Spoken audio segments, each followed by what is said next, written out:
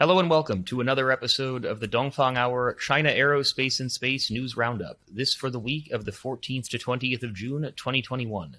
Before getting started, a special shout out to our close friends at GoTaikonauts and SpaceWatch.global, two excellent sources of space industry news. And a special shout out to all the fathers out there on Father's Day. This week, we bring you two very significant news updates. First, Jean is going to give us a breakdown of the Tianhe-12 crewed spaceflight, which occurred this past week. And then we will give a breakdown of the International Lunar Research Station announced by Russia and China at the GLEX conference in St. Petersburg. Ladies and gentlemen, we are honored to welcome you aboard the Dongfang Hour. Please make sure your seatbelt is securely fastened. Thank you. 女士们、先生们，预计空中飞行时间2小时15分钟，我们预计在当地时间下午6点25分左右到达。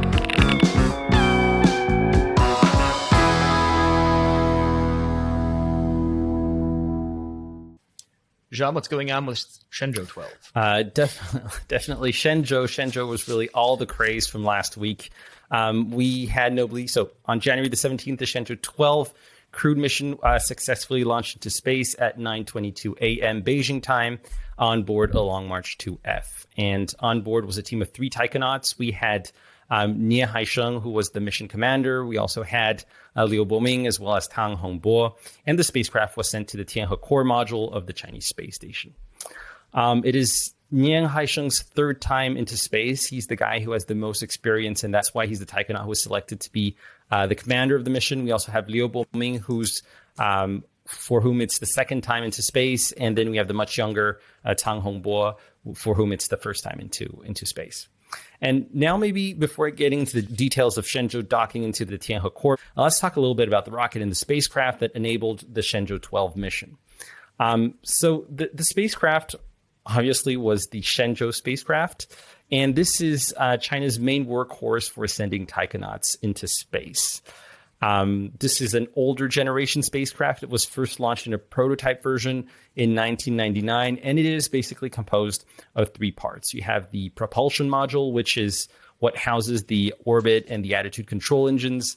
It has a diameter of 2.8 meters and fits easily into the Long March 2F's fairings, which have a diameter of 3.8 meters. And this enables the propulsion module to fit a number of systems directly on the outer wall of this module, and things like the solar arrays or the TT&C communication systems. You have another module of Shenzhou, which is the return capsule, and which is shaped like a blunt body, similar to the Soyuz and the Apollo spacecraft.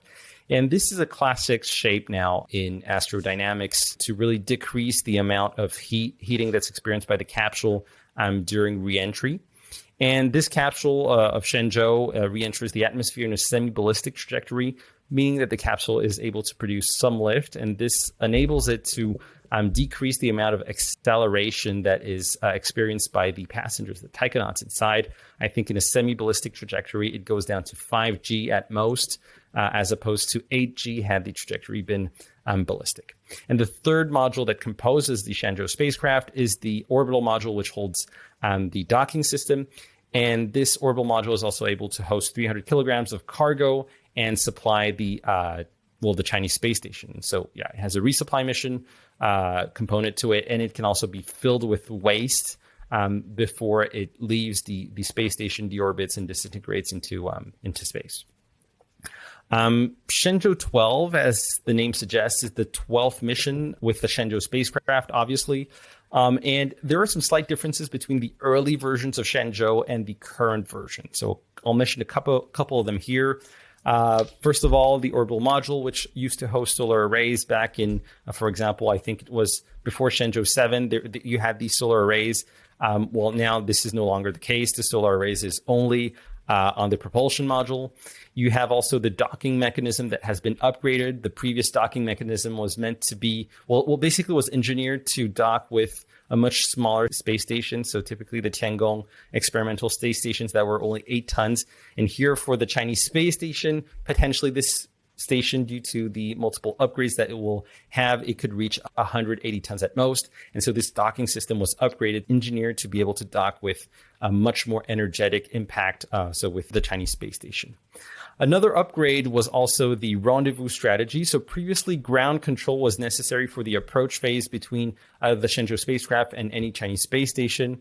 And apparently, it was reported that this is not the case for Shenzhou-12, and this is because the Beidou SatNav constellation was completed last year. And so with the help of SatNav, Shenzhou is now able to do the entire approach phase autonomously, and so no need for ground control. Of course, the taikonauts can resume manual controls if deemed necessary for whatever reason. And finally, the latest version of the Shenzhou capsule, it now has this silvery coating on the return capsule, which protects the capsule from the harsh environment of space. And so I believe this silvery coating reflects sunlight a little better, and it is also able to better resist to the harsh radiations that are emitted by the sun. So that's for Shenzhou. A few words really quickly on the Long March 2F, the rocket launching the Shenzhou-12. Also, this is an older generation rocket that was designed back in the days in the 1990s and specifically to launch the Shenzhou spacecraft. And being the only crewed rocket in China, it has some nice features and specificities that I want to mention here. So first of all, some general information of the rocket. It is its liftoff weight is nearly 500 tons. It is 58 meters tall. It has a payload capacity of 8 tons, and it is composed of a core stage and 4 strap-on boosters. The fairing has a maximum diameter, as mentioned, of 3.8 meters, which is ideal for the Shenzhou spacecraft. The rocket itself is really old technology. It first flew in November 1999, but it's actually older tech than that, considering that it was derived from the Long March 2E, which itself was an extended and heavy version of the Long March 2 series, which was technology that dates back to the 1980s. The most visible sign of this dated technology is the propellants. It uses UDMH, so unsymmetrical dimethyl hydrazine and nitrogen tetroxide, as respectively the fuel and the oxidizer. And this is a combination that has lost the favor of modern rocket design due to the toxicity. And this is a legacy of China back in the day, where it was basing its launch vehicle design on missiles that it was developing. And missiles need storable fuels, and this is why UDMH and nitrogen tetroxide had been selected back in the day. And so there's that. One last also difference that's very noticeable, very visible, is that the Long March 2F has something that none of the other Long March rocket has, and which is this escape tower. So this pointy end that you have at the top of the rocket. And this escape tower, as the name suggests, has the role of pulling the taikonauts to safety if something goes wrong with the rocket. And this can happen anytime between 15 minutes before the launch and basically 120 seconds into the launch.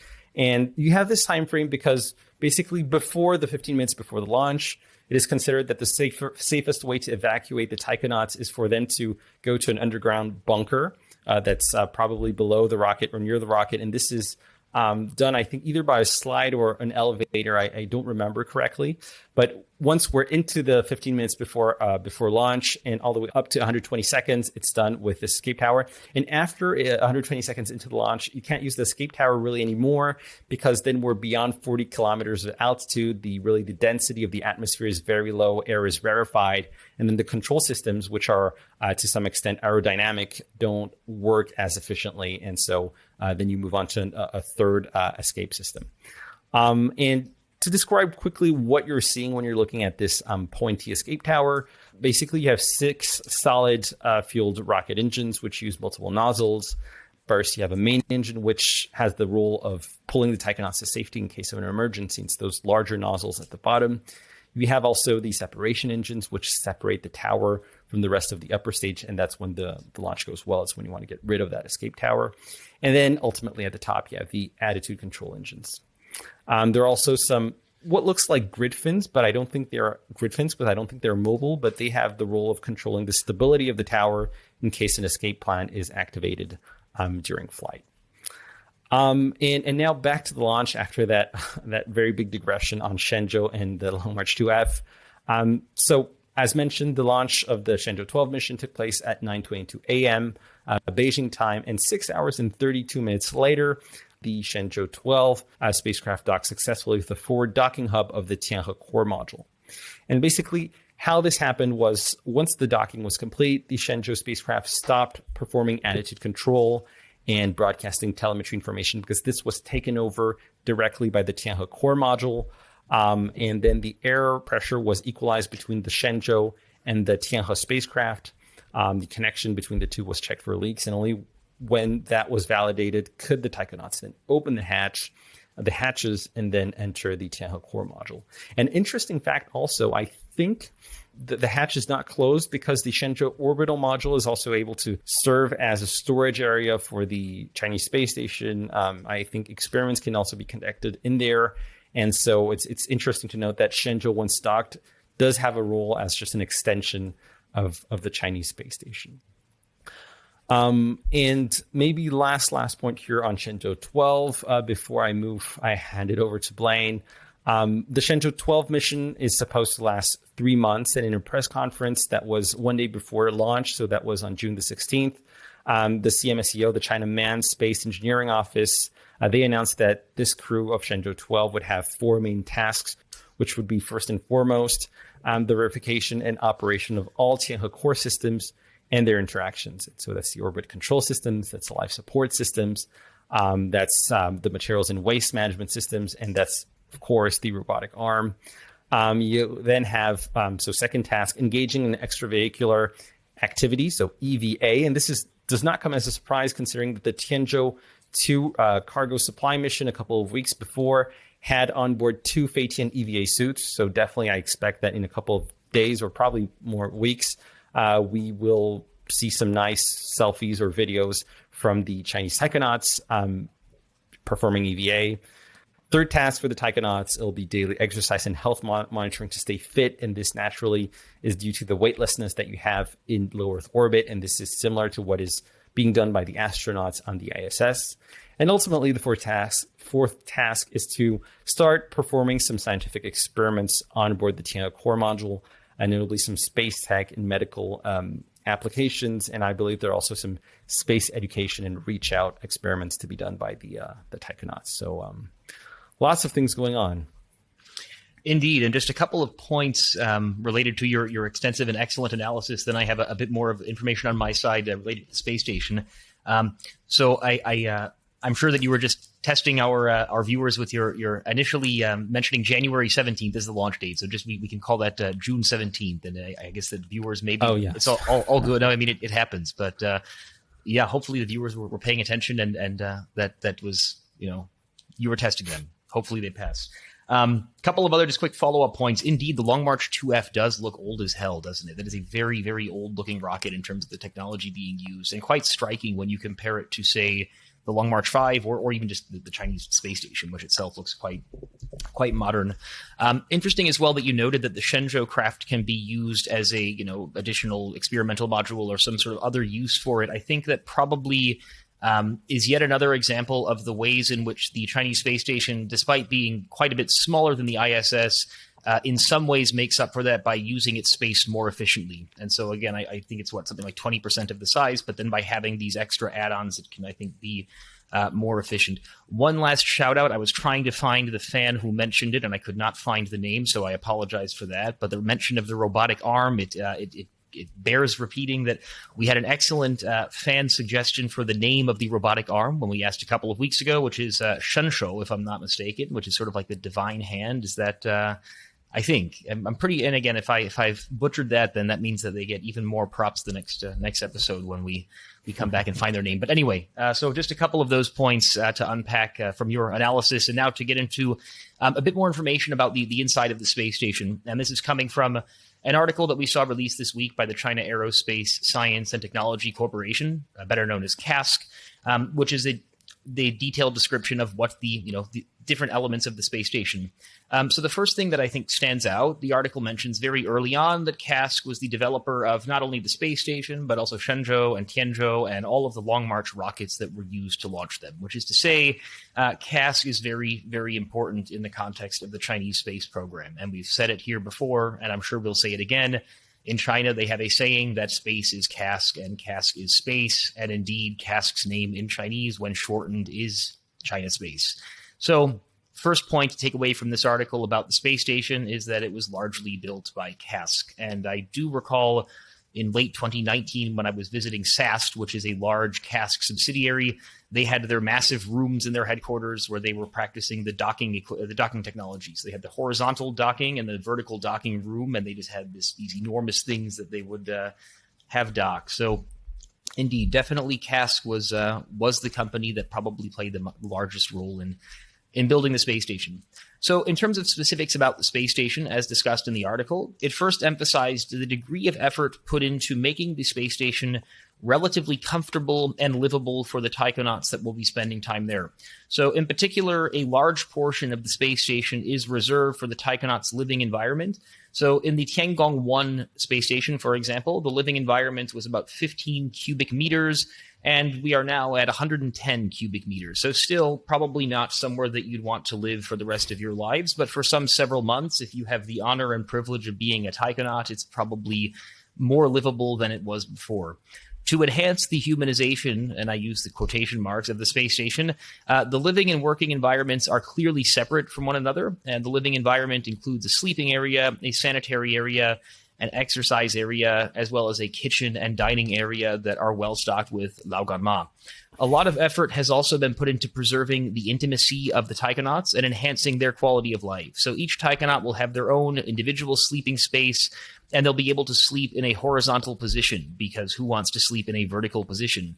The cabin will also have an in-cabin Wi-Fi network, and the taikonauts are provided with personal hand terminal with which they can control multiple features for their comfort, like lighting, for example. So some sort of Internet of Things type devices that they can use an app to control when living in the space station.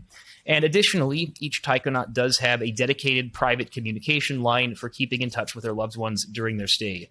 Not clear is whether that is involving, WeChat, or whether it is involving some rather more secure kind of taikonaut-specific app that they only give to their family members also. But either way, it's good to know that that our 3 taikonauts currently there are still in touch with family and friends, sending them photos of their space-based laoganma. We also found that on the ground, CASC has built an identical replica of the space station that will enable them to simulate the situation in case there's some unexpected event on the Chinese space station. And this will allow them to be more responsive in terms of trying to help out the taikonauts. So similar to, I believe, what John mentioned a few weeks ago with the Zhurong rover coming off the lander, how they had built an exact replica of that situation back on Earth, we see again with the space station.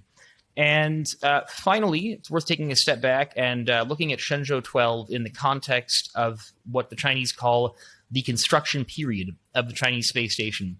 And the Chinese space station is meant to be completed over a period of about 2 years, so 2021 and 2022, relying on 11 launches, 3 of which will be orbital modules, so the Tianhe Core Module, and then Wentian and Mengtian experimental modules, and then 4 Shenzhou missions and 4 Tianzhou missions. And so to this day, only the Tianhe Core Module is orbiting, as well as the Tianzhou cargo spacecraft and the current Shenzhou-12. So we're now 3 launches in, and so that means we have 8 more launches, 11 minus 3, over the next 18 months or so. And so we're going to be seeing additional Tianzhou and Shenzhou launches in both September and October of this year, as scheduled now, and then the remaining 6 launches next year. So indeed, very busy times, very impressive and ambitious efforts being rolled out by the Chinese space program at the moment. Jean, anything else to add from your side on this very exciting piece of space station related news? Well, the excitement is, interestingly, it's not limited to China. At the press conference on June 16th, so one day before the launch of Shenzhou-12, China's CMSEO, the China Manned Space Engineering Office, they announced that the country was looking to develop international collaboration over the Chinese space station. And notably, they said that 9 projects coming from 17 countries had already been selected. And so it seems that China is really very keen to give this international cooperation framework to their large-scale space missions. And so this is the case for LEO with the Chinese space station, but it also goes beyond that. Is that correct?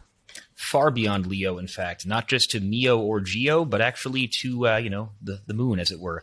So we did see this week, because welcome to 2021, where you could have 2 such significant announcements in 1 week. We saw the Global Space Exploration Conference 2021 taking place in St. Petersburg, Russia, from the 14th to the 18th of June. And at the conference, China and Russia revealed a roadmap for future international Lunar Research Station dedicated primarily to scientific research. And this was jointly released by the CNSA and Roscosmos. There was an interesting video that was published, and then there was a roadmap that sort of long PDF-ish documents that were both published, both of them in English. And interestingly, so we had this 4-minute video that talked about the history of lunar exploration, and then it went into the plan for the ILRS, so the International Lunar Research Station. And at the beginning of the video, they had this homage to Apollo 11 and to the other early moon missions, but then also went on to mention, and I quote from the video in English, "This time we come with greater courage, stronger determination, and more ambitious goals. And we are no longer satisfied with simple visits. We are here for the long-term exploration." So you heard it here first, Neil Armstrong. That was a simple visit that you did in 1969. So unlucky. But really interesting way of phrasing it. And certainly it's a backhanded compliment, maybe is the right word. So getting back to the sort of China-Russia announcement and just more generally what this means. So this is following on a memorandum of understanding, or an MOU, that was signed between the two countries earlier this year in March. Though at the time we did note that MOUs have very limited meaning in terms of being legally binding. I have signed MOUs with people before that have mentioned that we've gone to lunch. Not really, but that's the idea. So basically, the idea that this more recent announcement is a much more well-developed version of what was the MOU for a sort of prospective ILRS. We're seeing a lot more details now, a much more well-defined roadmap now, more well-defined time frame, etc. And so it does seem that, to Jean's earlier point, that while being initiated by the CNSA and Roscosmos, this very long-term, relatively detailed plan is declared to be open to all interested international actors. And so to get a little bit more into what this plan looks like, the ILRS project is going to be carried out in 3 phases, so namely reconnaissance, construction, and utilization. So the reconnaissance phase is supposed to last from 2021 to 2025, during which time both China and Russia will each send 3 spacecraft to the moon. So namely Tianhe 4, 6, and 7 by China, and Luna 25, 26, and 27 by Russia. And the objective will be to perform technology verification for secure, high-precision soft landing, as well as to select a site for the future ILRS. And as China and Russia collect more data during this phase, this will feed into decisions made about the design of the future ILRS. The reconnaissance phase will primarily involve collecting a lot of different data from things like remote sensing satellites going around the moon, in situ data, as they refer to it, which is basically data being collected by rovers or other landers on the moon, and then sample returns. And so there's one small note that it occurred to me, and I mean, it not a huge thing, I suppose, but Tianhe 4, which is mentioned in the reconnaissance phase, it was actually launched in 2018, which was 3 years before. Now, granted, Tianhe 4 is still on the lunar far side, and it's still researching now, so I suppose that's why it remains in the reconnaissance phase, but just something that I wanted to point out. So then getting back to the roadmap, it seems in between the reconnaissance phase and the construction phase, there's a few years. The reconnaissance phase is meant to end in 2025, and the construction phase is meant to begin in 2030. And there's no real explanation within the document saying, what goes on during those few years in terms of the designation of what those years are. But we do know that during that time frame of like 2026 to 2030, China will send Chang'e 8 and Russia will send the Luna 28 mission. And this is going to be basically to conduct corroborative explorations, finish technology verification, essentially kind of verify that everything collected during the reconnaissance phase is legit, if I can paraphrase and speculate just a little bit. So starting in 2030, we get to the construction phase, which will last until 2035. And this is going to be focused on establishing the in-orbit and surface facilities of the ILRS for research, exploration, and for verification of in-situ utilization of resources. So again, utilization of resources by rovers or landers or eventually astronauts on the surface of the moon. And so we're also going to see during this construction phase infrastructural facilities being built for things like energy, telecommunications, and transportation. So basically, you're building this infrastructure for a longer-term, more sustainable presence on the lunar surface. Other objectives of the construction phase include to understand the performance of technology verification for the command center of the ILRS, and also organizing lunar sample return and massive cargo delivery missions. as well as the start of joint operations between China and Russia. Because again, prior to this, most of the missions are going to be either Chinese or Russian. And during this period, we have planned the ILRS 1, 2, 3, 4, and 5 missions. And we're going to see the rollout of cislunar transportation facilities, long-term support facilities on the lunar surface, lunar transportation and operation facilities, scientific facilities, as well as other ground support and application facilities. So quite a busy 5 years, the construction phase from about 2030 to 2035. And the last phase of the ILRS is going to be the utilization phase, beginning in 2036, with the objective being lunar research and exploration, technology verification, research utilization, as well as the performance of human missions to the completed ILRS. And so just to kind of wrap it up here before turning it over to Jean, the overall scientific objectives are going to include research on exploration and lunar topography, geomorphology and geological structure, lunar physics and internal structure, lunar chemistry, cislunar space environment, and a handful of other lunar-related points. The roadmap also reveals cooperation opportunities for potential international partners, as Jean alluded to earlier. And the final point from my side is the extent to which this project is very much aimed at being international, but with China and Russia leading the way. So we saw this announced at a large international conference in Russia.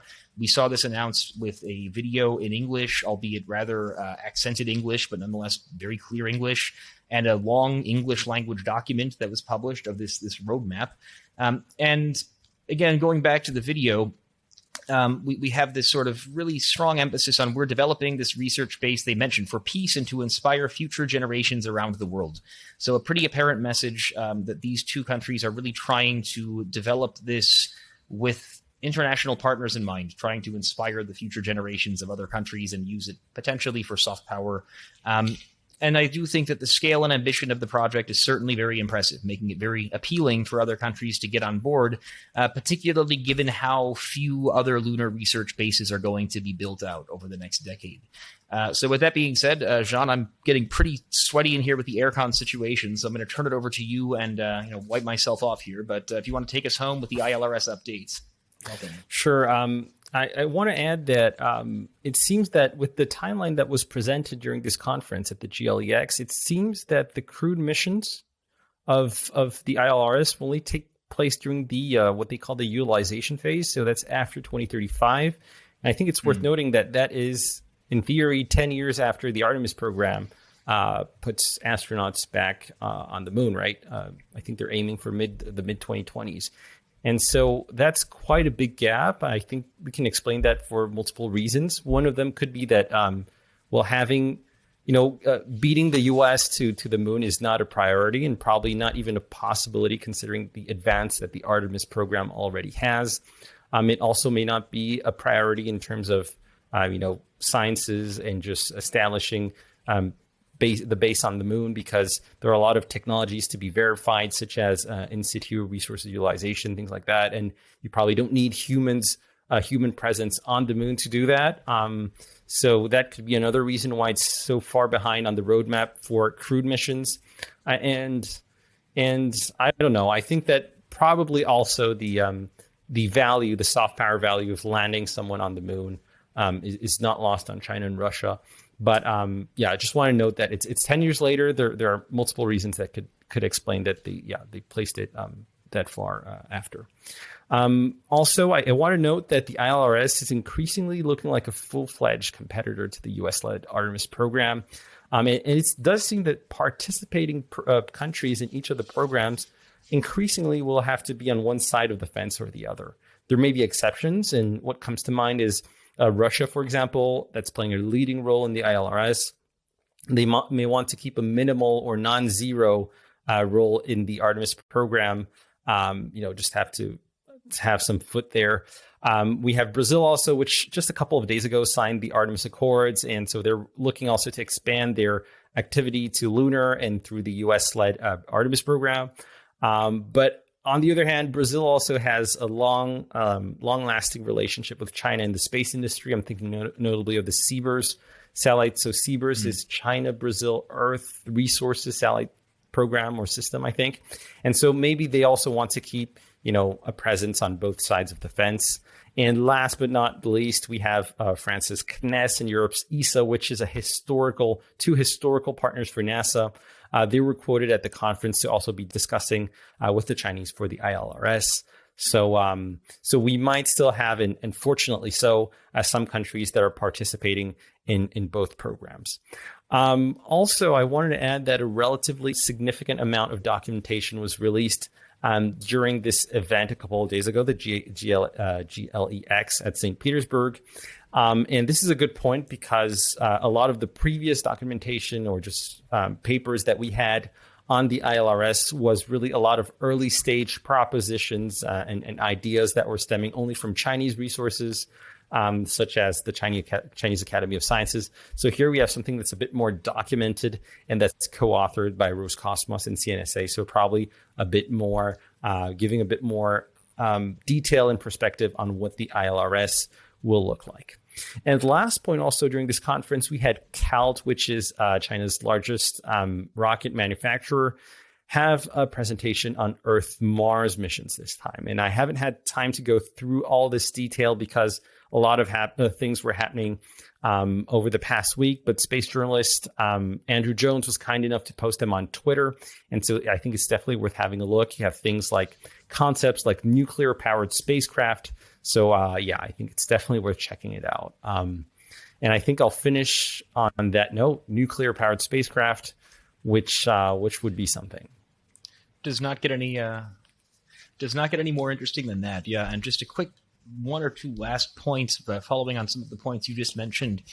So I do think that the very long-term and quite deliberate pace of the development of the ILRS is it's an interesting contrast to what we're seeing right now in China in things like low Earth orbit constellations or even like commercial launch companies, for example. Now, granted, the ILRS is a much larger, more complicated project, but we're seeing, I think, a clear acceleration in the let's say an increase in priorities as it relates to the low Earth orbit constellations, and again the sort of commercial launch, and just lowering the cost of access to space. These different technologies that are going to be needed to enable what may or may not be a very fast-growing space economy.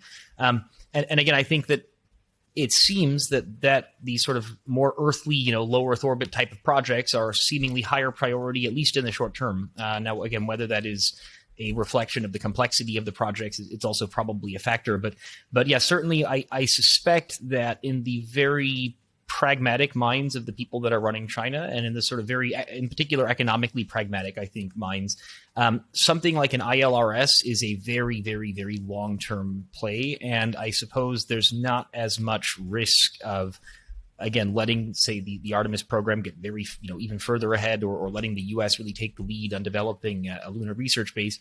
I guess that the risk there is seen as being less than, say, the risk of letting Starlink just dominate the global LEO broadband space.